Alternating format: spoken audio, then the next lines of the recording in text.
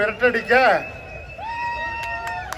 சீமானின் அன்பு பிள்ளைகளான அன்பு தம்பிகளான நாம் தமிழர் இயக்கம் இன்றைக்கு உங்களிடம் நாங்கள் வந்து கொண்டிருக்கிறோம். இதோ உங்கள் முன்னிலையில் எங்களது அன்பு அண்ணன், நம்ம தமிழகத்தினுடைய ஒரே நம்பிக்கை நட்சத்திரம், எங்கள் பாசமிகு எங்கள் அண்ணன் சீமான் அவர்கள் இதோ உங்களிடத்தில்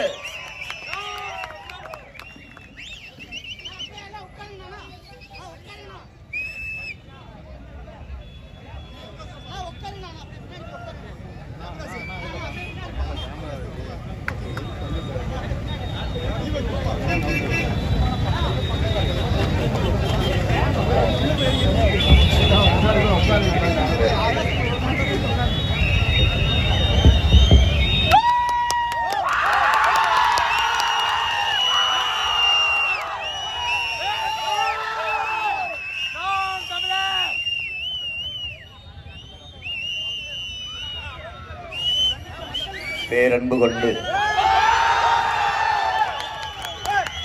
நாங்கள் பெரிதும் நேசிக்கின்ற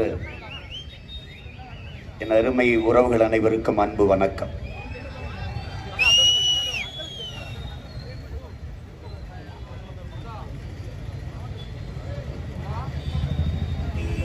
நாங்கள் முன்னெடுக்கிற அரசியல் மாற்றத்திற்கான எளிய மக்களின் புரட்சி.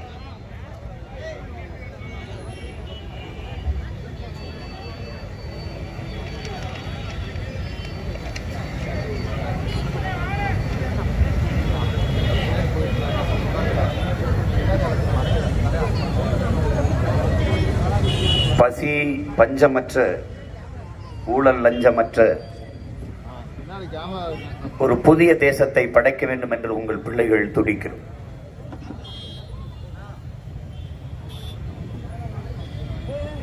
நம் கண்முன்னே நம் வளங்கள் களவு போய் கொண்டிருக்கிறது. E.F. சுமாசர் என்கிற எழுத்தாளர் சிறியதே அழகு என்கிற புத்தகத்தில் உங்களால் உருவாக்க முடியாத ஒன்றை அழிக்கிற உரிமையை உங்களுக்கு யார் கொடுத்தது என்ற கேள்வியை எழுப்புகிறார். எனது அன்பிற்குரிய சொந்தங்களின் அருமை தம்பி தங்கைகள் சிந்தித்து பார்க்கணும். மணலை நம்மால் உருவாக்க முடியாது. பிறகு எப்படி இவர்கள் அள்ளி வித்து அழித்தார்கள்? ஒரு லாரி ஈரத்தோடு மண்ணை அள்ளிக்கொண்டு போகும்போது அன்பிற்குரிய சொந்தங்களே 2800 லிட்டர் தண்ணீர் அதுல போகுதுங்கிறான். பாறை வந்து போயிட்டு இருக்கும்போது சொட்டு சொட்டு என்று தண்ணீர் சிந்திக்கொண்டே இருக்கும். அது தண்ணீர் அல்ல என் அன்பிற்குரியவர்களே, நம் தாய் நிலத்தின் கண்ணீர் என்பதை நீங்கள் புரிந்து கொள்ள வேண்டும். வளத்தை திருடி விற்பதை எப்படி நீங்கள் வளர்ச்சி என்று கூறிக்கொண்டிருக்கிறீர்கள் என்கிறார் சுமாசர். அமெரிக்க பொருளாதார அடியாளின் வாக்குமூலத்தை எழுதிய ஜான் பெர்கின், உங்கள் கண்முன்னே உங்கள் வளங்கள் களவு போவதை பார்த்து கொண்டிருக்க சபிக்கப்பட்டு விட்டீர்கள் என்கிறார். என் தம்பி தங்கைகள், அமெரிக்க பொருளாதார அடியாளின் வாக்குமூலமும் ஆலிவர் ஹெம்பர் எழுதிய பிரிட்டிஷ் உளவாளியின் வாக்குமூலமும் கட்டாயம் படிக்கணும். உலகில் நம்மை சுற்றி எப்படிப்பட்ட அரசியல் கட்டமைக்கப்பட்டிருக்கிறது என்பது உங்களுக்கு அப்போது தெளிவு வரும். இங்கே மறை நீர், ஐயா நக்கீரன் அவர்கள் எழுதிய நீர் எழுத்து புத்தகத்தை என் உடன் பிறந்தார்கள் எல்லோரும் கட்டாயம் படிக்கணும், உறுதியா படிக்கணும். கண்ணுக்கு தெரியாமல் களவு போகும் நமது நீர் வளம். இங்கிலாந்து பொருளாதார மேதை ஜான் ஆண்டனி ஆலன், ஆசிய நாடுகள் தான் தங்கத்தையும் பணத்தையும் வைத்து பொருளாதாரத்தை மதிப்பிடுகிறார்கள், ஐரோப்பிய நாடுகள் நீர் பொருளாதார கொள்கைக்கு வந்துவிட்டது என்கிறார். எந்த நாடு நீரை அதிகமாக வைத்திருக்கிறதோ அந்த நாடுதான் பணக்கார நாடு, செல்வாக்கான நாடு என்று கணக்கிடுகிறார். கவிப்பேரரசு வைரமுத்து அவர்கள் சொன்னது போல 3ஆம் உலக போரே தண்ணீருக்காகத்தான் நடக்கும்.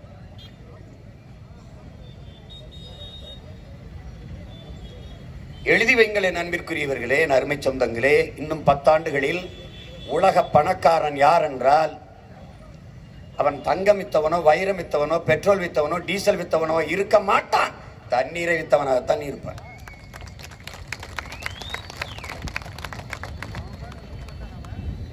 பிரான்ஸ் ஆரஞ்சு பழத்தை விளைய வைத்து ஏற்றுமதி செய்கிறது.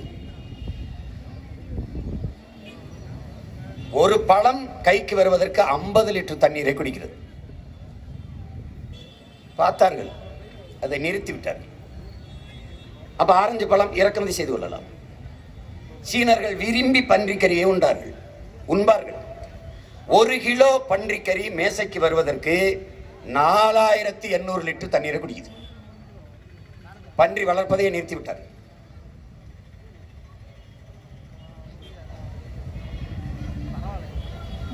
அவர்கள் ஆழ்ந்து சிந்தித்து பாருங்கள். விண்ணில் பறக்கிற விமானத்திற்கு பாகங்கள் தயாரிப்பவர்கள், சந்திர மண்டலத்துக்கு பறக்கிற ராக்கெட்டுக்கு பாகங்கள் தயாரிப்பவர்கள் நம்மிடமிருந்து ஜட்டி பனியனை ஏன் இறக்குமதி செய்கிறார்கள்? ஒரு ஜட்டி தயாரிக்க 250 லிட்டர் தண்ணீர் தேவைப்படுது. ஒரு கோழி முட்டைக்கு 190 லிட்டர் தண்ணீர் தேவைப்படுது. ஒரு கோழி முட்டை. நம்ம குடிக்கிற தேநீர் ஒரு குவளை 96 லிட்டர் குடிக்குது. ஒரு குவளை இவ்வளவுதான் தேநீர். அந்த தேயிலை விளைய வச்சு வருவதற்கு 96 லிட்டர் தண்ணீரை குடிக்குது. இது மறை நீர், கண்ணுக்கு தெரியாமல் களவு போகும் வெர்ச்சுவல் வாட்டர்னு ஐயா நக்கீரன் அவர்கள் எழுதியிருக்காங்க. நீங்க படிக்கணும். அதுல நிறைய செய்திகளை நீங்கள் அறிந்து கொள்ளலாம். இப்போ ஒரு கொரியன் முதலாளி சென்னையில் வந்து ஹொண்டாய் என்ற ஒரு கார் தயாரிக்கும் நிறுவனத்தை வச்சிருக்கிறார். இந்த நாட்டில், தமிழ்நாட்டில், இந்திய நாட்டில் இளைஞர்களுக்கு வேலை கொடுக்கணும் அவர் எந்த கோயிலையும் வேண்டிக்கிட்டாங்களா? இல்ல. ஏன் அவர் சொந்த நாட்டில் தயாரித்து ஏற்றுமதி செய்யல, தமிழ்நாட்டில் தயாரித்து ஏற்றுமதி செய்தார்?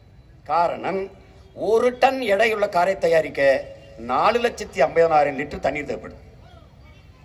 ஆனால் 3 டன் எடையுள்ள கார் வரைக்கும் இங்க தயாரிச்சு ஆண்டு ஒன்றுக்கு 50 லட்சம் கார்கள் ஏற்றுமதி செய்யப்படுது. கணக்கு போட்டு பார்த்துக்க எவ்வளவு தண்ணி கலவு போகுது. எதை பற்றியும் கவலைப்படாத ஒரு இனக்கூட்டமாக நாம் இருக்கிறோம். நிதி ஆயோக் ஒரு கணக்கு சொல்லுது, 2020, இதுதான் இப்ப 21 வந்துச்சு. உலகிலே அதிகமாக நீரை உறிஞ்சுகிற நாடு இந்தியா. இந்தியாவிலேயே அதிகமாக நீரை உறிஞ்சுகிற நாடு தமிழ்நாடு. இந்த முதலாளிகள் எல்லாம் ஏரிகளை வெட்டி, குளங்களை வெட்டி, நீரை தேக்கி, மழை காலத்தில் நீரை தேக்கி அதை சுத்திகரிச்சா விற்கிறார்கள். இல்லை,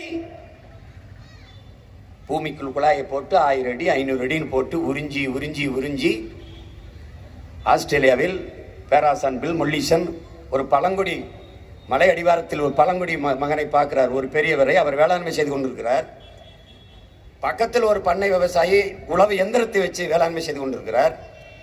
இவர் குச்சியால குத்தி விதையை போட்டு விரலால் மண்ணை போட்டு மூடி தண்ணியை ஊத்துறார். பில் மொல்லிசன் கேட்கிறார், அவருக்கும் உங்களுக்கும் என்ன வித்தியாசம் என்று.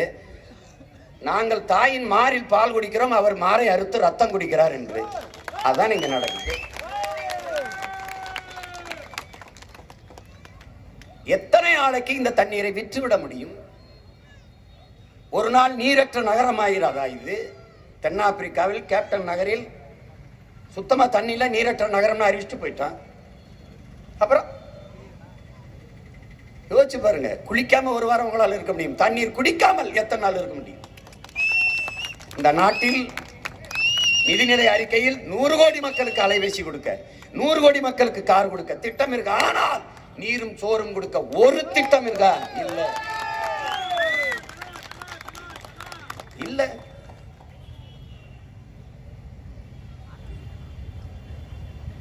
விவசாயத்தை கைவிட்ட எல்லா நாடுகளும் பிச்சை எடுக்குது. வெனிசுலாங்கிற நாடு தொழில் வளர்ச்சி தான்.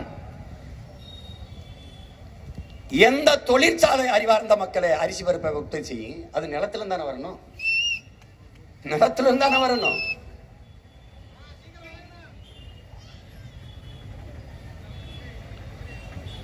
அதற்கு எந்த திட்டமும் இல்லை.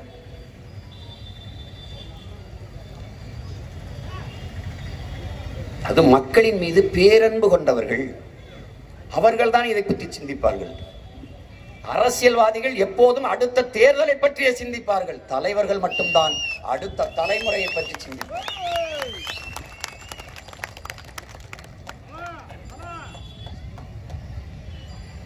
கல்வி மிக உயர்ந்த சந்தை பொருள், தனியார் மயம். மருத்துவம் மிக உயர்ந்த வியாபார பொருள், தனியார் மயம். குடிநீர் மிக உயர்ந்த சந்தை, தனியார் மயம். எல்லாமே தனியார் மயம் என்றாகிவிட்டால் அரசின் வேலை என்ன அன்பிற்குரியவர்களே? அரசின் வேலைதான் என்ன? என்ன நம் நாடு ஏற்றுக்கொண்டிருக்க பொருளாதார கொள்கை ஒரு சந்தை பொருளாதார கொள்கை, வர்த்தக பொருளாதாரம். அறிவார்ந்த மக்கள் சிந்திக்கணும். சந்தையில் வர்த்தகம் நடக்குமா, வாழ்க்கை நடக்குமா? சந்தை பொருளாதாரத்தை ஏற்றுக்கொண்டிருக்கிற நாட்டின் தலைவர்கள் உள்நாட்டு வெளிநாட்டு பெரும் முதலாளிகளுக்கும் சொந்த நாட்டு மக்களுக்கும் இடையே தரகு வேலை பார்க்க முடியுமே ஒழிய தலைவர்களாக இருந்து சேவை செய்ய முடியாது.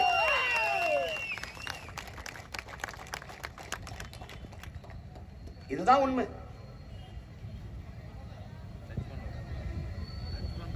நாங்கள் உங்கள் பிள்ளைகள் முன்வைக்கிற பொருளாதார கொள்கை தற்சார்பு, பசுமை, தாய்மை பொருளாதார கொள்கை. வேளாண்மையின் மீது கட்டமைக்கப்படுகிற பசுமை, தற்சார்பு, தாய்மை பொருளாதார கொள்கை. இந்தியா ஏற்றுக்கொண்டிருக்க கொள்கை வாடகை தாய் பொருளாதார கொள்கை. நான் சொல்வது தாய்மை பொருளாதாரம். பெற்ற தாய் குழந்தைக்கு பாலை ஊட்டுகிற போதே மன நிறைவடைந்து விடுவார். ஆனால் வாடகை தாய் பாலை ஊட்டிவிட்டு அதற்காக காசை கையில் வாங்கும் போதுதான் மன நிறைவடைவார். இது ரெண்டுக்கு வேறுபாடு இருக்கு. சந்தை பொருளாதாரத்தை ஏற்றுக்கொண்டிருக்கிற ஒரு நாடு வாழாது, வளரவே வளராது. தற்சார்பு உற்பத்தி பொருளாதாரத்தை எடுக்கிற நாடுதான் வளரும்.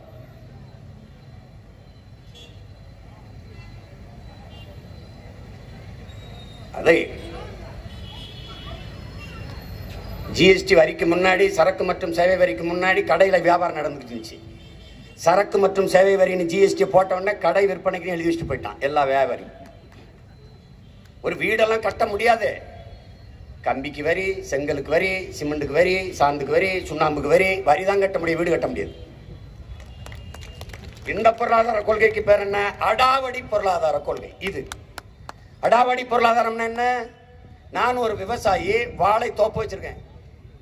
வாழைக்கு மண் அணைச்சு வச்சேன், உரம் போட்டேன், அதுக்கு தண்ணி விட்டேன், வளர்த்தேன், தார் விட்டுருச்சு. காலையில வந்து நம்ம இந்த தாரை வெட்டிட்டு போகலான்னு நான் வரும்போது குரங்கு தின்ட்டு போயிருது. அது உழைக்கல, ஒரு வேலையும் செய்யல, குரங்கு தின்ட்டு போயிருது. இந்த குரங்கின் வேலை தான் அரசு செய்யற ஜிஎஸ்டி. அது கடை வைக்கல, அது முதலீடு செய்யல, அது உழைக்கல, என் லாபத்தை பூரா வரி எடுத்துட்டு போயிருக்கு. இப்ப நாம என்ன சொல்றோம்? வரியை நான் எடுத்துக்கிறேன், லாபத்தை நீ எடுத்துக்கின்றோம்.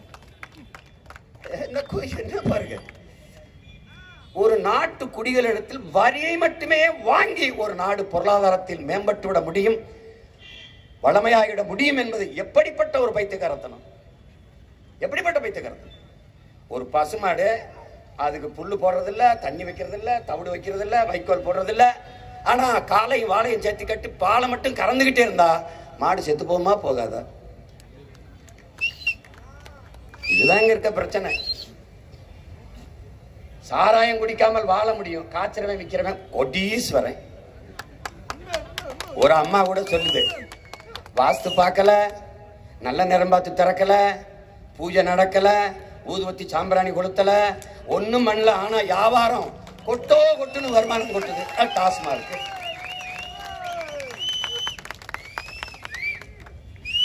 சாராயம் குடிக்காமல் வாழ முடியும், சிகரெட்டு பிடிக்காமல் வாழ முடியும், பான்பராக் போடாமல் வாழ முடியும், கார் இல்லாமல் வாழ முடியும், செல்போன் இல்லாமல் வாழ முடியும். ஆனால் சோறு இல்லாமல் ஒருத்தர் வாழ முடியாது. இதையெல்லாம் சிகரெட்டை உற்பத்தி செய்யறவன் விற்கிறவன், பான்பராக் உற்பத்தி செய்யறவன் விற்கிறவன், காரை உற்பத்தி செய்யறவன் விற்கிறவன், செல்போனை உற்பத்தி செய்து விற்கிறவன் கோடீஸ்வரன். ஆனால் உலகத்திற்கு உணவளிக்கிற விவசாயி, கடனாளி, பிச்சைக்காரன், ஏழை வாழ முடியாது, சாகிறான். இது எப்படிப்பட்ட துயரம், கொடுமை பாருங்க, எப்படிப்பட்ட கொடுமை பாருங்க. உழுதுண்டு வாழ்வாரை வாழ்வார் மற்றெல்லாம் தொழுதுண்டு பின் செல்பவர். சுழன்றும் ஏற்பின்னது உலகம் அதனால் உழந்தும் உழவே தலை. இருந்தோம்பி இல்வாழ்வதெல்லாம் விருந்தோம்பி வேளாண்மை செய்தல் பொருட்டு. உழுவார் உலகிற்கானே அத்தாற்றாது எழுவாரை எல்லாம் பொறுத்து.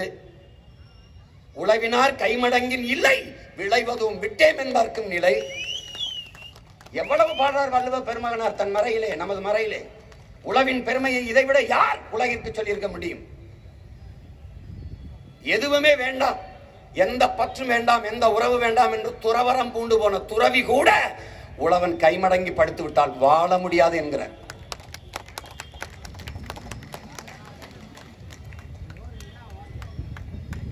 இது காரணம் என்ன?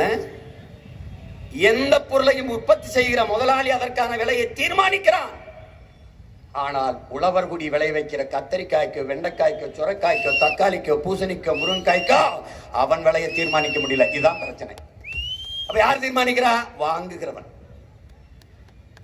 ஒரு கிலோ தக்காளி விளைய வைக்க எனக்கு 20 ரூபாய் செலவாகுது. நான் கடையில சந்தையில விற்க வரும்போது என் பொருளை எடுத்துக்கிட்டு அவன் 10 ரூபாய்க்கு கேட்கிறான். தர முடியாது என்று நான் திருப்பி எடுத்து போக முடியாது, என் பொருள் கெட்டு போயிடும். அப்ப 10 ரூபாய் பாதி நட்டத்துக்கு இழப்புக்கு கொடுத்துட்டு நேர பால் வாங்கிட்டு போய் வயல்லே குடிச்சிட்டு செத்துடும் விவசாயி. இதுதான் நிலைமை. இப்ப விவசாயி விளைய வைக்கிற பொருளுக்கு விலையை அவனே தீர்மானிக்கிற அந்த நிலையை உருவாக்குவதுதான் எங்கள் ஆட்சியினுடைய செயல்.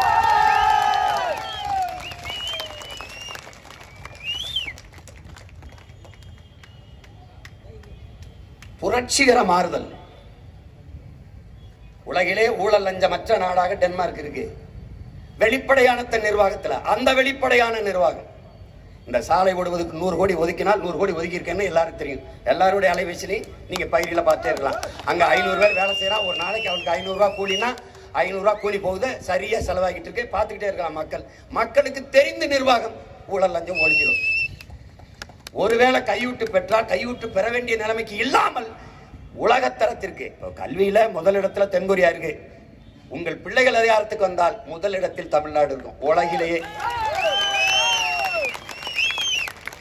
அரசு பள்ளியில் கல்லூரிகளின் தரத்தை உலகத்தரத்துக்கு உயர்த்தி விடுவோம். தனியார் பள்ளிக்கூடங்கள் கல்லூரிகளை நோக்கி என் பிள்ளைகள் படையெடுப்பதை நிறுத்தி அரசு பள்ளியை நோக்கி திருப்பி விடுவோம். சரியான சமமான தரமான கல்வி இலவசம். ஆகச்சிறந்த மருத்துவம் 1 ரூபாயிலிருந்து 1 கோடி வரைக்கும் மருத்துவம் இலவசம். நான் 2ஐயும் கொடுத்துறேன். பணத்தின் தேவை குறைஞ்சிருது. இன்னொரு கொடுமை இருக்குது, வரதட்சணை. அதை ஒழிக்கணும். அதுக்கு தான் பண சேமிப்பு இங்க தேவைப்படுது. பிள்ளையை கட்டி கொடுக்கணும்னா வர்ற மாப்பிள்ள 1 கோடி கேட்பானோ, காரு கேட்பானோ, பங்களா கேட்பானோ, பயம். அப்ப என்ன செய்யணும்? வரதட்சணை வாங்குறார் அவர் தெரிஞ்சா ஒரு கேள்விதான், பெண்ணோட குடும்பம் நடத்த போறியா? அந்த பொண்ணு போட்டுட்டு வர பொண்ணோட நீ குடும்பம் நடத்த போறியா? பெண்ணே பெருஞ்செல்வம். அப்புறதுக்கு வேற அப்புறதுக்கு உனக்கு வரதட்சணை. அப்படி வாங்கிட்ட ரத்து பண்ணிடுவேன். குடும்ப அட்டைய, நீர் இணைப்ப, எரிவாயு இணைப்ப, மின்சார இணைப்ப துண்டிச்சு. எப்படி வாழ்றது? மாமியார் வீட்டுல வாங்கினீங்களா அந்த காசை வச்சு வாழ்ந்துக்க. வாங்கினான்னு தெரிஞ்சதுன்னா எந்த காலத்திலையும் அரசு பணியில வேலை தர மாட்டேன். அரசு வேலை இல்லை, ஒளிஞ்சிடும். இது 3ஐயும் ஒழித்து விட்டால் என் மக்களுக்கு பணத்தின் தேவை குறைஞ்சிடும். 5000 ரூபாய் கொடுத்தாலே செலவில்லை. நாங்கள் சட்டம் இயற்றுவோம். பெற்றுக் கொடுங்கள் பிள்ளைகளை, கற்றுக் கொடுக்கிறோம். நாங்கள் பிள்ளைகள் உங்கள் வீட்டின் செல்வங்கள் எல்லாம் நாட்டின் செல்வங்கள். முடிஞ்சு. வேளாண் விளைநிலங்களை விட்டு என் மக்கள் வெளியேறுகிறார்கள். இங்க பாருங்க எப்படி நடக்குதுன்னா, இங்க கிராமங்கள் காலியாகி கொண்டே இருக்குது, நகரங்கள் பிதுங்கி வழிந்து கொண்டே இருக்குது. இப்போ நான் உடற்பயிற்சி கூடத்துக்கு போனா உடலின் எல்லா பாகங்களுக்கும் பயிற்சி எடுத்து வலி சேர்த்தாதான் அது சரியா இருக்கும்.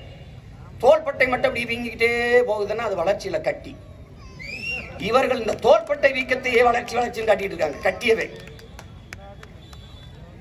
சிற்றூர்களின் பொருளாதார வளர்ச்சிக்கு எந்த திட்டமும் இல்லை. அதனால்தான் மக்களின் வாழ்விடங்களிலேயே வேலை வாய்ப்பு. கொள்கை என்ன? நீரு, நீர்வள பெருக்கம், இருக்கிற ஏரி குளங்களை தூர்வாரி பராமரிப்பது, புதிய நீர்த்தாரைகளை உருவாக்கி கொள்வது, புதிய நீர் தேக்கங்களை உருவாக்குவது. 950 மில்லிமீட்டர் ஆண்டொன்றுக்கு மழை, 4000 TMC தண்ணீர் எனக்கு கிடைக்குது. 1500 பயன்படுத்திட்டு மீது 2000 கடல்ல கலக்க விடுறோம். அதை தடுக்கிறோம், சேமிச்சுக்கிறோம். நீர் வந்துருச்சா, நீர் வளர்ப்பு இருக்கும். அடுத்து என்ன? வயிறுக்கு என்ன பண்ணணும்? பசி, உணவளிக்கணும். என்ன பண்ணுவோம்? அரசே வேளாண்மை செஞ்சிருது. பண்ணை நிலங்களை உருவாக்கி, கூட்டு பண்ணைகளை உருவாக்கி விவசாயத்துக்கு இங்கு வேளாண்மை செய்வது அரசு பணி, கவர்மெண்ட் எம்ப்ளாய். படித்தவர் படிக்காதவர் அனைவருக்கும் அங்கு வேலை. ஆடு மாடு வளர்த்தல் அரசு வேலை, பட்டுப்பூச்சி வளர்த்தல் அரசு வேலை, நெசவு அரசு வேலை, பானை செய்தல் அரசு வேலை, தச்சு செய்தல் எல்லாம் கவர்மெண்ட் வேலை. அவனுக்கு இருக்கிற ஒரே உளவியல், காசுனாலும் கவர்மெண்ட் காசா இருக்கணும், அறக்காசுனாலும் அரசாங்க காசா இருக்கணும். அவ்வளவுதானே. பாலின் சந்தை மதிப்பு 3 லட்சம் கோடி. பிரதமர் பேசுறாரு பாருங்க, बीफ एक्सपोर्ट है, हिंदुस्तान इस नंबर 1 है. என்ன ஆண்டு ஒன்றுக்கு 24 லட்சம் டன் மாட்டுக்கறியை இந்தியா ஏற்றுமதி செய்யுது. சரி, மாடு மேய்க்கிறதுலாம் உங்களுக்கு அவமானம்னா இந்த காசு உங்களுக்கு அவமானம் தானே? வேணாம்னு சொல்லுங்க. மாட்டு கறிவித்து வந்த காசு சாப்பிடுறீங்க, அது எப்படி? கேடில் வெளிச்செல்வம் கல்வி ஒருவருக்கு மாடல்ல மற்றையவை என்று தமிழ் மறைபாடுது. எங்க அப்பா பெரிய தகப்பன் நம்மாழ்வார் என்ன சொல்றாங்க? கல்விதான் சிறந்த செல்வம் என்று சொல்லத்தான் வர்றாரு நம்ம வள்ளுவ பெருமகனார். ஆனால் மாடும் நமது செல்வம் என்று சொல்றாரு.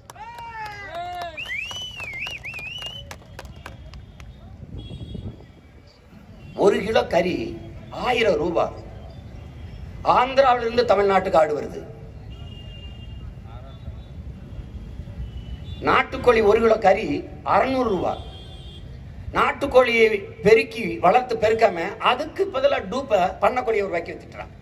அது கறி இல்ல, சக்கையா இருக்கு. இவன் போய் நாட்டுக்கோழினா ஏமாந்து வாங்கிட்டு வந்தான். நமக்கு ஏமாறதான வேலை, ஏமாறதான வேலை. ஒருத்தன் சின்ன வயசுல இருந்து பன்னி மாதிரி கத்திட்டே இருக்கான், அழகா கத்துறான். சின்ன வயது பண்ணி, நடு வயது பண்ணி, பெரிய பண்ணி அப்படியே கத்துறான். இதுல கூட்டம் சேருது, நல்லா கத்துறான்ட்டு. அப்ப அவனுக்கு காசு கிடைக்குது. தெருவில் நின்று தெனா பண்ணி மாதிரி கத்திட்டு இருக்கான். புதுசா ஒருத்தன் வருவேன், நானும் நல்லா கத்துவேன். இந்த மாதிரி மேடை போட்டு 2 பேரையும் கத்த விடுறாங்க. மக்கள் கூடி இருக்கிற மக்கள் ரொம்ப நாளா கத்திக்கிட்டு இருக்கான்ல, அவன் தான் அருமையா கத்துறான். நீ சரியில்லை, நீ சரியில்லை, நீ சரியில்லைன்றான். பார்த்தா என்ன சொல்றான் இவன், இந்த சின்ன பையன், நிப்பாட்டு அப்படின்னு ஒரு சாக்கு துணியை தூக்குறான். ஒரு பன்னி படுத்து கிடக்கு. இவ்வளவு நேரம் கத்துனது உண்மையிலே அந்த பன்னி. இந்த பன்னியை போலிகளை நம்பி நம்பி ஏமாந்து போன கூட்டம். சார்லி சாப்ளின் மாதிரி வேடம் போட்டு நடிக்கணும். அதுல முதல் பரிசு ஒரு மாணவர் வந்துடுறாரு, 2வது பரிசு ஒரு மாணவர் வந்துடுறாரு, 3வதா ஒருத்தர் பரிசு வாங்குறாரு. அவர் யார் தெரியுமில்ல? உண்மையிலேயே சார்லி சாப்ளின். அப்ப ஐயா இறை என்பதை எழுதிட்டு முடிகிறார், விழிப்புணர்வற்ற சமூகத்தில் நடிப்பவர்களுக்கே எப்போதும் முதலிடம் கிடைக்கும் என்று.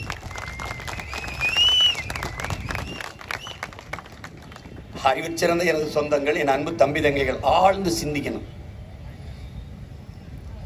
இந்த தேர்தல் வெறும் தேர்தலாக பார்க்காமல் மாறுதலாக நீங்கள் பார்க்கணும்.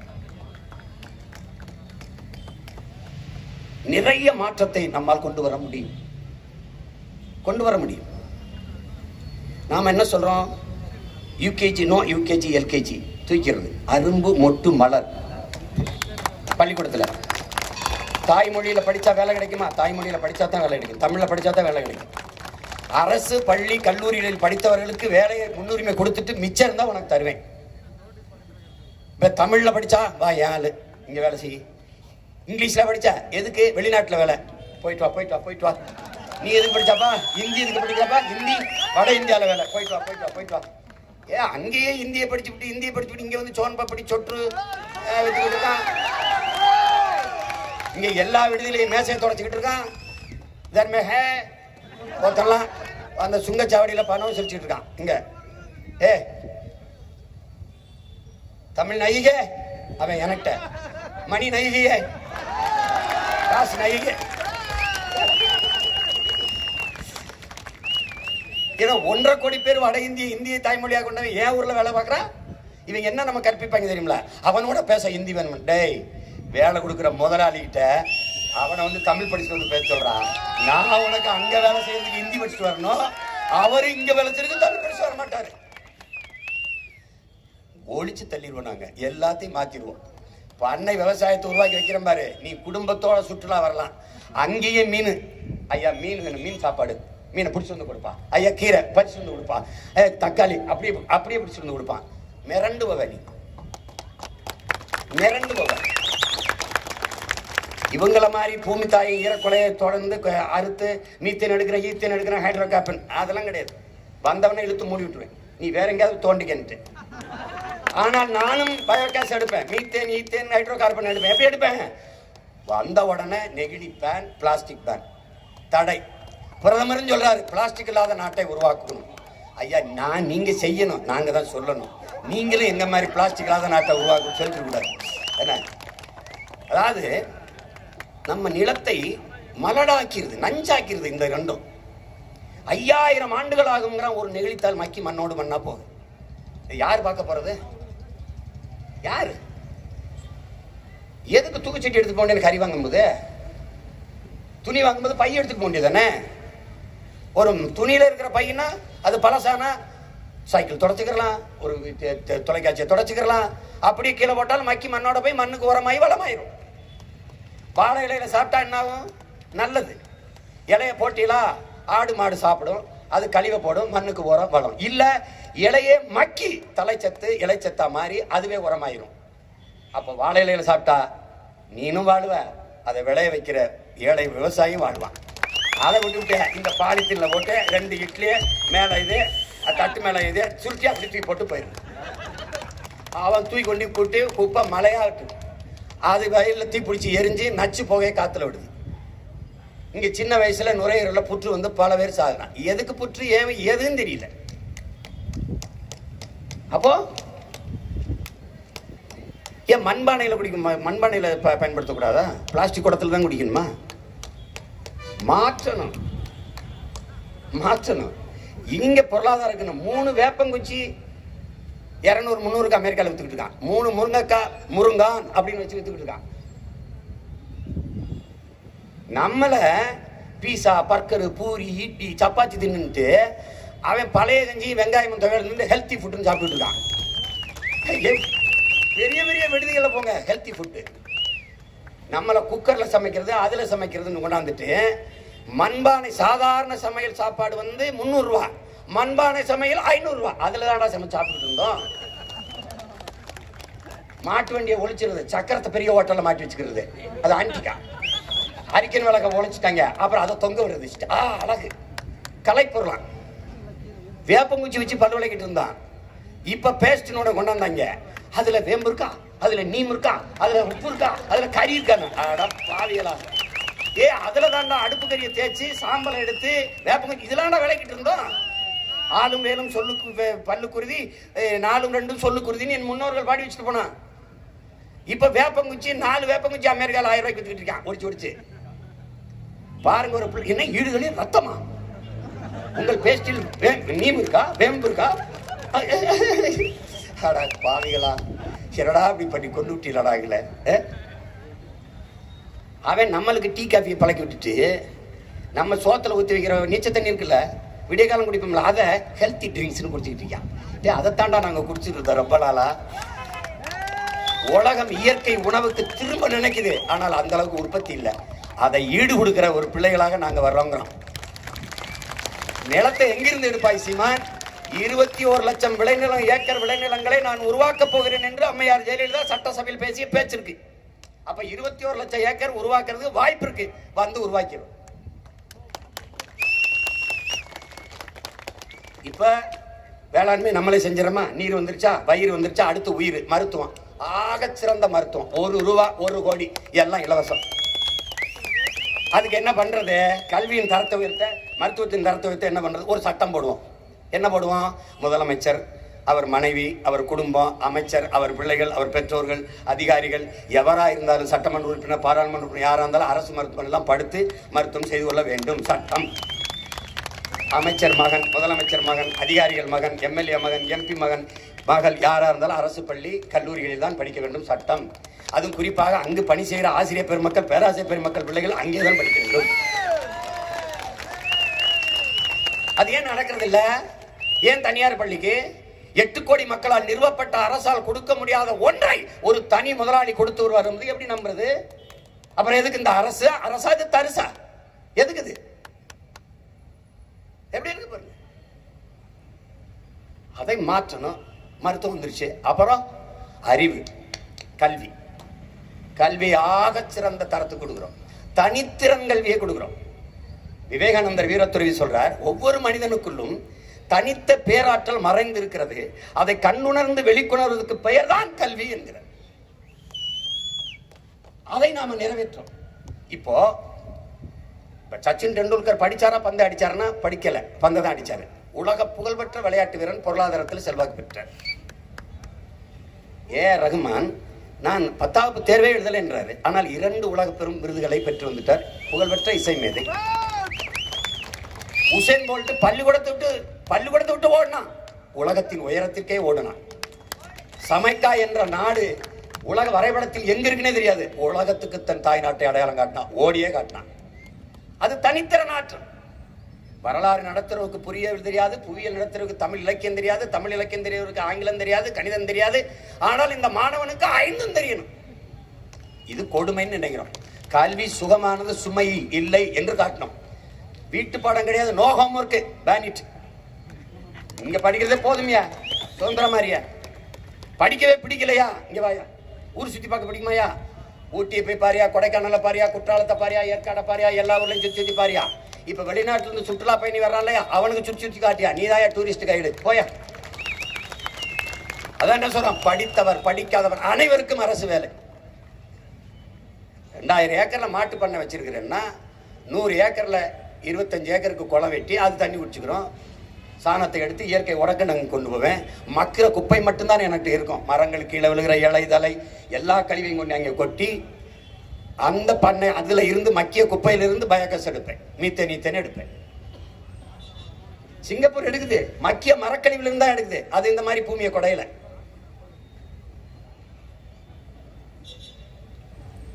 உலகில் கல்வியின் தரத்தில் 3வது இடத்தில் ஒரு சின்ன நாடு இருக்குது, சிங்கப்பூர். என் நாடு எங்க இருக்கு? ஏன் அந்த தரத்தை நம்ம கொடுக்க முடியல? முடியும், நம்மால் முடியும். அதான் நம்ம செய்யணும். அறிவுச்சிறந்த எனது சொந்தங்கள், என் அன்பு தம்பி தங்கிகள், நாங்கள் எடுத்து வைக்கிற உங்கள் மீது பேரன்பு கொண்டு நாங்கள் முன்வைக்கிற இந்த அரசியலை கவனியுங்கள். இப்ப அறிவு வந்துருச்சு, அடுத்து பயன், வேலை கொடுக்கணும், வேலை வாய்ப்பு. அப்ப என்ன சொல்றேன், நிலமும் வளமும் சார்ந்த தொழிற்சாலைகள் வேலை வாய்ப்பு. இந்த தொழிற்சாலைகளில் என் நிலம் நஞ்சாகுது, காற்று மாசுபடுது, என் நீர் உறிஞ்சப்படுது, எல்லாம் நாசமாகுது. இவங்க கழிவை கொண்டு போய் என் ஏரியில, குளத்துல, ஆறுல கொட்டி நாசம் பண்ணிட்டான். நொய்யல்னு ஒரு ஆறு செத்து போச்சு, நஞ்சாயி போச்சு. இப்போ நாம என்ன செய்யறோம், நிலமும் வளமும் சார்ந்த தொழிற்சாலைனா என்ன? ஒரு கரும்பு, 2000 ஏக்கர்ல கரும்பு, கரும்புல இருந்து சர்க்கரை தயாரிக்கிற தொழிற்சாலை, அங்கேயே சர்க்கரை காய்ச்சறோம், நாட்டு சர்க்கரை, வெல்லம், கரும்பு சர்க்கரை இருக்குல்ல, அதுல சாப்பிட்ற தட்டு தயாரிக்கிறான், அந்த தட்டு தயாரிக்கிற தொழிற்சாலை. பிரேசில்ல கரும்புல இருந்து எத்தனாலுங்கிற பெட்ரோல் எடுக்கிறான், அந்த நுட்பத்தை பயன்படுத்தி பெட்ரோல் எடுக்கிறோம். எத்தனை தொழிற்சாலை வருது, எவ்வளவு வேலை வாய்ப்பு வருதுன்னு பாத்துக்க. கியூபா ஒரே ஒரு வளம் தான் கியூபாவில், கரும்பு மட்டும்தான். சர்க்கரை கிண்ணம், உலகின் சர்க்கரை கிண்ணம் என்று கியூபா. அது கல்வியை தங்கிட்ட வச்சிருக்கு, மருத்துவத்தை தங்கிட்ட வச்சிருக்கு, போக்குவரத்தை தங்கிட்ட வச்சிருக்கு, பொதுமையா இருக்கு. ஆனா இங்க எதுவும் அப்படி இல்லை.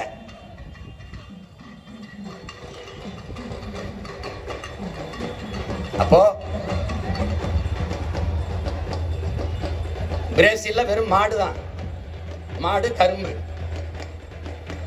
மாட்டுக்கறி அதிகமாக ஏற்றுமதி செய்யற நாடு இந்தியா, பாலை அதிகமாக ஏற்றுமதி செய்யற நாடு பிரேசில். அதான் பொருளாதாரம். ஆஸ்திரேலியா மாடு மேய்க்குது, ஆடு வச்சிருக்கு. மாலத்தீவுல போய் நான் இருக்கும் போது அங்க கறி சாப்பிட்டேன். இந்த கறி எங்க இருந்து வரும்னா ஆஸ்திரேலியால இருந்து வருது. அப்ப அது பொருளாதாரம் எங்க? ஒரு கிலோ கறி 1000 ரூபாய் என்று வச்சால் 100 பேர் எண்ணிக்கையில 90 பேர் கறி சாப்பிடுறாங்க, 100 பேரும் காய்கறி உணவு சாப்பிடுறாங்க. இதுல 100 விழுக்காடு 99 விழுக்காடு பால் அருந்துகிறார்கள். அப்ப இந்த மாற்று பொருளாதார பெருக்கத்தை நோக்கி நாம் விரையாமல் பொருளாதாரத்தில் மேம்பட முடியாது, வறுமை ஏழ்மையை ஒழிக்க முடியாது, மக்களின் வாழ்க்கை தரத்தை உயர்த்த முடியாது. நான் வந்தா உங்களுக்கு 1000 கொடுப்பேன், 1500 கொடுப்பேன், அதெல்லாம் கொடுக்க மாட்டேன். வேலை கொடுப்பேன்.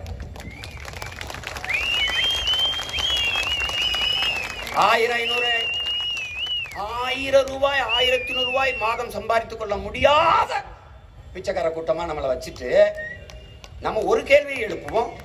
இலவசம் தருகிறீர்கள் தாங்க, அதுக்கான காசை எங்கிருந்து எடுத்தீங்க? யார்கிட்ட எடுத்தீங்க? யார்கிட்ட எடுக்கிறீங்க? ஆறுதலால் காயங்கள் ஆறுவதில்லை, அழுவதனால் எதையும் அடைந்து விட முடியாது, தூறல்களால் பயிர்கள் விளையாது, என் தேசத்தை நாசமாக்கி ஒரே சொல் இலவசம் என்கிறார் ஐயா தவ திருக்குன்றக்குடி அடிகளார். வறுமையில் இருக்கிறான், அவனுக்கு இது கொடுத்தா தானே. போன ஆண்டு வாங்கினானே, இந்த ஆண்டு வளர்ந்துட்டேன்னு சொல்லலையே, இந்த ஆண்டுங்க இயந்திரனே. எப்போ பொங்கல் வரும், அதுக்கு வேட்டி சட்டை கிடைக்குமா, ஒரு முளை கரும்பு கிடைக்குமா, அப்படி ஒரு முளை கயிறும் கொடுத்துருங்க, தொங்கிடுறோம். என்னது? வருடத்துக்கு ஒரு பண்டிகை தான், ஆண்டுக்கு ஒரு பண்டிகை தான் அவனுடைய தேசிய பண்டிகை பொங்கல். அந்த பொங்கலுக்கு சக்கரை அரிசி வாங்கிக்க முடியல, 100 ரூபா. இந்த தடவை 2500 ரூபாய், 2000 என்னமோ. தெருவில் அந்த பக்கம் ரேஷன் கடை குடும்ப அட்டையை காட்டி 2000, அதுக்கு நேரம் நடந்தோம். இந்த பக்கம் டாஸ்மார்க்கு 2000 முடிஞ்சு. இதெல்லாம் என்னது? ஆட்சி முறை, சிறந்த ஆட்சி முறை, சிறந்த ஆட்சி முறை. என்ன கொடுமை பாருங்க. இதையெல்லாம் மாற்றணும்னா ஒரே வழிதான் இருக்கிறது, உங்கள் பிள்ளைகள் எங்களை வெல்ல வைப்பது. 50 ஆண்டுகளாக மாறி மாறி அதிமுக திமுகவுக்கு அதிகாரத்தை கொடுத்து விட்டீர்கள். நீங்கள் கண்ட மாற்றம், அடைந்த முன்னேற்றம் ஒன்று இல்ல. திமுக வெல்வது என்பது ஒரு நிகழ்வு, அதிமுக நிகழ்வு என்பது ஒரு நிகழ்வு. ஆனால் நாம் தமிழர் கட்சி வெல்வது என்பது வரலாற்றில் மாபெரும் புரட்சி.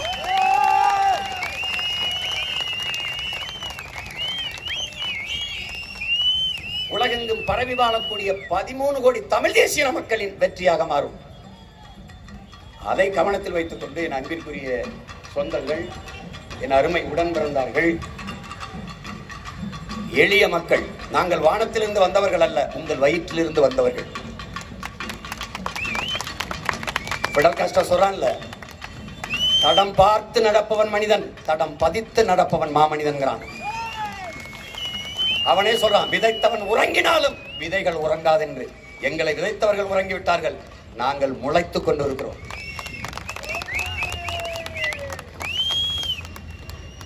அவன் சொல்லுகிறான், நீ செல்லுகிற பாதையில் உனக்கு எந்த இடையூறும் இல்லையா? அது நீ போக வேண்டிய பாதையில் யாரோ ஒருத்தன் போன பாதை, திரும்பி வாழ்றான்.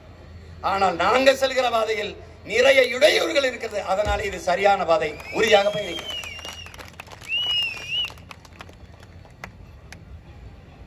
ஆணுக்கு பெண் சமம் என்பது எங்கள் கோட்பாடு அல்ல, ஆணும் பெண்ணும் சமம். பெண்களை போற்றாத எந்த சமூகமும் உயர்ந்ததில்லை, பெருமை அடைந்ததில்லை. புரட்சியாளர் அம்பேத்கர் ஒரு சமூகம் முன்னேறிய சமூகமா இல்லையா என்பதை அந்த சமூகத்தில் பெண்கள் எந்த அளவிற்கு முன்னேறி இருக்கிறார்கள் என்பதை பொறுத்துத்தான் முடிவு செய்ய முடியும் என்கிறார். என் தமிழ் சமூகம் முன்னேறிய சமூகம் என்பதை நிரூபிப்பதற்கு, காட்டுவதற்குத்தான் கல்வி, வேலை வாய்ப்பு, அரசியல் அதிகாரத்தில் எங்கள் குல பெண்களுக்கு சம வாய்ப்பு கொடுத்திருக்கிறது நாம் தமிழர் கட்சி. தாயின் இதயம்தான் குழந்தையின் முதல் பள்ளிக்கூடம் என்கிறான் பீச்சர். உலகத்தின் எல்லா செல்வங்களையும் தராசின் ஒரு தட்டிலும் தாயின் பேரன்பை ஒரு தட்டிலும் வைத்தால் தாயின் பேரன்பு இருக்கிற தட்டு தான் தாழ்ந்து இருக்கும் என்கிறார் நபிகள் நாயகம் அவர்கள். சொர்க்கத்தை எங்கு தேடுகிறீர்கள்? அது உங்கள் தாயின் காலடியில் இருக்கிறது என்கிறார். ஆபிரகாம் லிங்கன் சொல்லுகிறான், நான் இதுவரை பெற்ற புகழுக்கும் இனிமேல் பெறப்போகிற புகழுக்கும் நான் தெய்வமாக வணங்குகிற என் தாய்தான் காரணம் என்கிறார். நீ எவ்வளவு தூரம் உயர்ந்தாலும், எவ்வளவு புகழ் பெற்று வந்தாலும், உன்னை பார்த்து உலகில் பொறாமைப்படாத ஒரே ஒரு உயிர் உண்டென்றால் அது உன்னை பெற்ற தாய் தான் என்கிறார். அந்த தாய்களுக்கு தான் 117 இடம் கொடுத்து சம வாய்ப்பை வழங்கி இருக்கிறது நாம் தமிழர் கட்சி.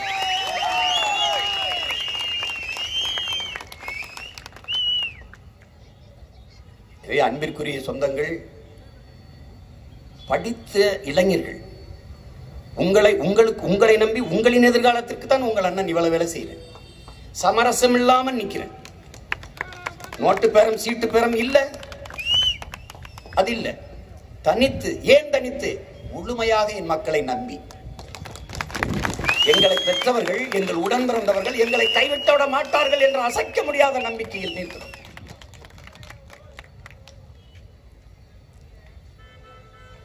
நீங்க உழவு இல்லை என்றால் உணவு இல்லை, உணவு இல்லை என்றால் உலகில் உயிர்கள் இல்லை, உயிர்கள் இல்லை என்றால் உலகமே இல்லை. எனவேதான் உழவை மீட்போம், உலகை காப்போம் என்ற முழக்கத்தை முன்வைத்து தேர்தலை எதிர்கொள்வோம். புதிய ஒரு தேசம் செய்வோம், மக்கள் புரட்சியால் அதை உறுதி செய்வோம் என்று விதியாக கத்தி வருகிறோம். புதிய ஒரு தேசம், பசி பஞ்சம் இல்லாத, ஊழல் லஞ்சம் இல்லாத, கொலை கொள்ளை இல்லாத, சாதிய இழிவு தீண்டாமை இல்லாத, அடக்குமுறை ஒடுக்குமுறை இல்லாத, மதுமத போதை இல்லாத, பெண்ணி அடிமைத்தனம் இல்லாத, பாலியல் வன்கொடுமை இல்லாத ஒரு தூய தேசம். அது புதியதொரு தேசம். கனிம வளம், காட்டு வளம், நிலவளம், காடு வளம், மலை வளம் அனைத்தையும் காப்பது. கல்வி, கல்விக்கேற்ற வேலை, வேலைக்கேற்ற சம்பளம், அதை கொண்டு வாழ்கிற பெருமை மிக்க வாழ்வு. பயணிக்க சரியான பாதை, தடையற்ற மின்சாரம், எல்லாத்தையும் சாதித்து காட்டுவது. திராவிட கோட்பாடு என்பது, திராவிட அரசியல் என்பது, இந்திய அரசியல் என்பது தமிழர்களை சாதி மதங்களாக பிளந்து பிரித்து வலிமை பெற்று ஆள்வது.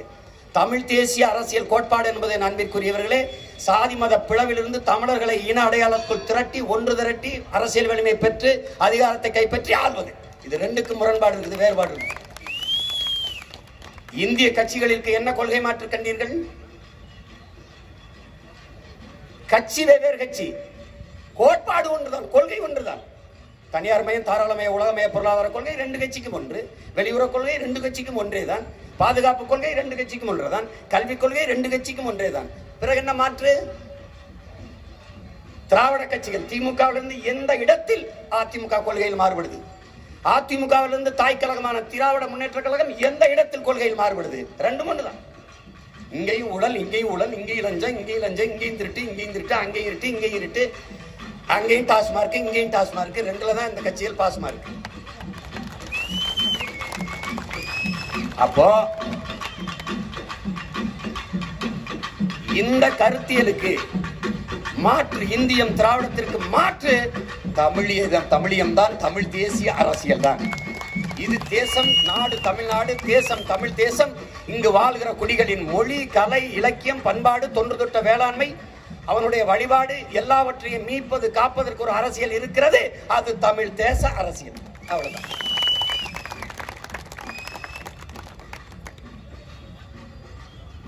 எனவே அன்பிற்குரிய சொந்தங்கள், என் உடன் பிறந்தார்கள், உங்களை நம்பி நிற்கிற பிள்ளைகளை கைவிட்டு நம்பிக்கை துரோகம் செய்து விடாதீர்கள்.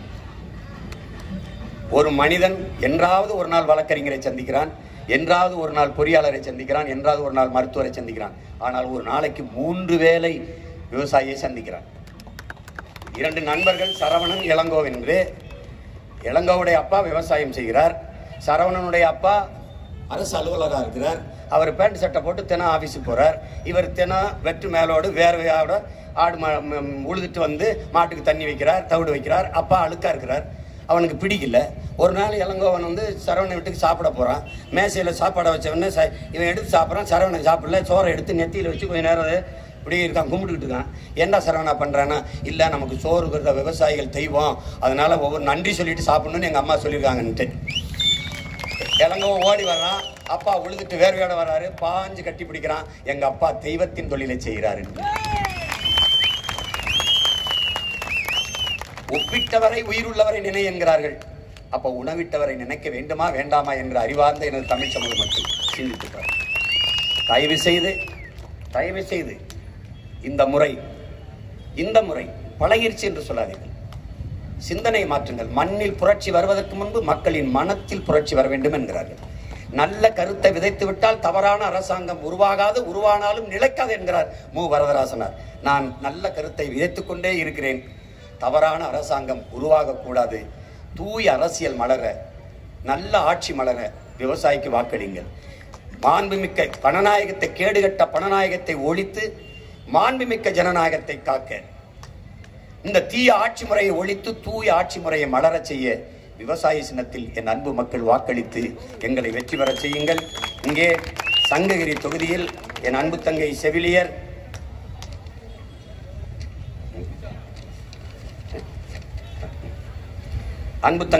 செவிலியர் பிஎஸ்சி நர்சிங் அனிதா அவர்கள் போட்டியிடுகிறார்கள். அவர்களுக்கு விவசாய சின்னத்தில் வாக்கு செலுத்தி வெற்றி பெறச் செய்யுங்கள். எடப்பாடி தொகுதியில் கலையியல் நிறைஞர் MA DDTE ரத்னா அவர்கள் தங்கை ரத்னா அவர்கள் போட்டியிடுகிறார்கள். ஏற்காடு தொகுதியில் முதுகலை பட்டப்படிப்பு MSc BEd என் தங்கை ஜோதி அவர்கள் போட்டியிடுகிறார்கள். சேலம் மேற்கு தொகுதியில் செவிலியர் BSc நர்சிங் என் தங்கை நாகம்மாள் அவர்கள் போட்டியிடுகிறார்கள். சேலை தெற்கு தொகுதியில் ஆடை வடிவமைப்பாளர் என் அன்பு தங்கை மாரியம்மாள் அவர்கள் போட்டியிடுகிறார்.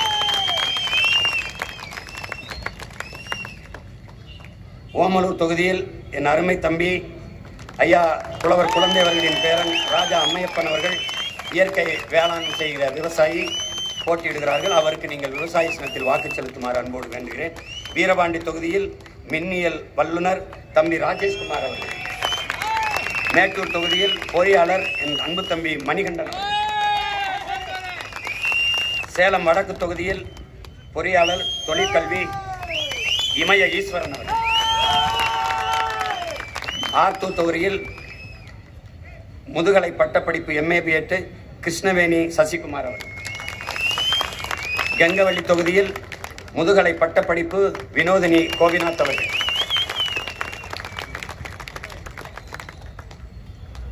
இந்த வேட்பாளர்கள் எளிய பிள்ளைகள், பரம்பரையாக அரசியல் செய்து வாரிசுகளுக்கு வாய்ப்பு கொடுத்து நின்றவர்கள் அல்ல, ஏழை எளிய மக்கள். அதனால தான் நாங்கள் இது மாற்றத்திற்கான எளிய மக்களின் புரட்சி என்ற முழக்கத்தை முன்வைக்கிறோம்.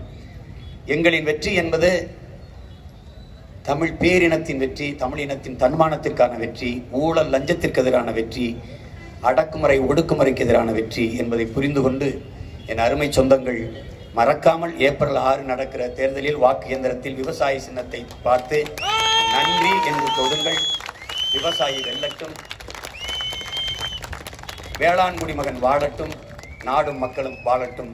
நாடும் மக்களும் நன்றாக வாழ வேண்டும் என்றால் நாம் தமிழர் கட்சி ஆள வேண்டும் என்பதை மனதில் வைத்துக் கொண்டு நீங்கள் நாம் தமிழர் கட்சிக்கு வாக்கு செலுத்துங்கள். புதிய ஒரு தேசம் செய்வோம், மக்கள் புரட்சியால் அதை உறுதி செய்வோம். நன்றி, வணக்கம். நாம் தமிழர்.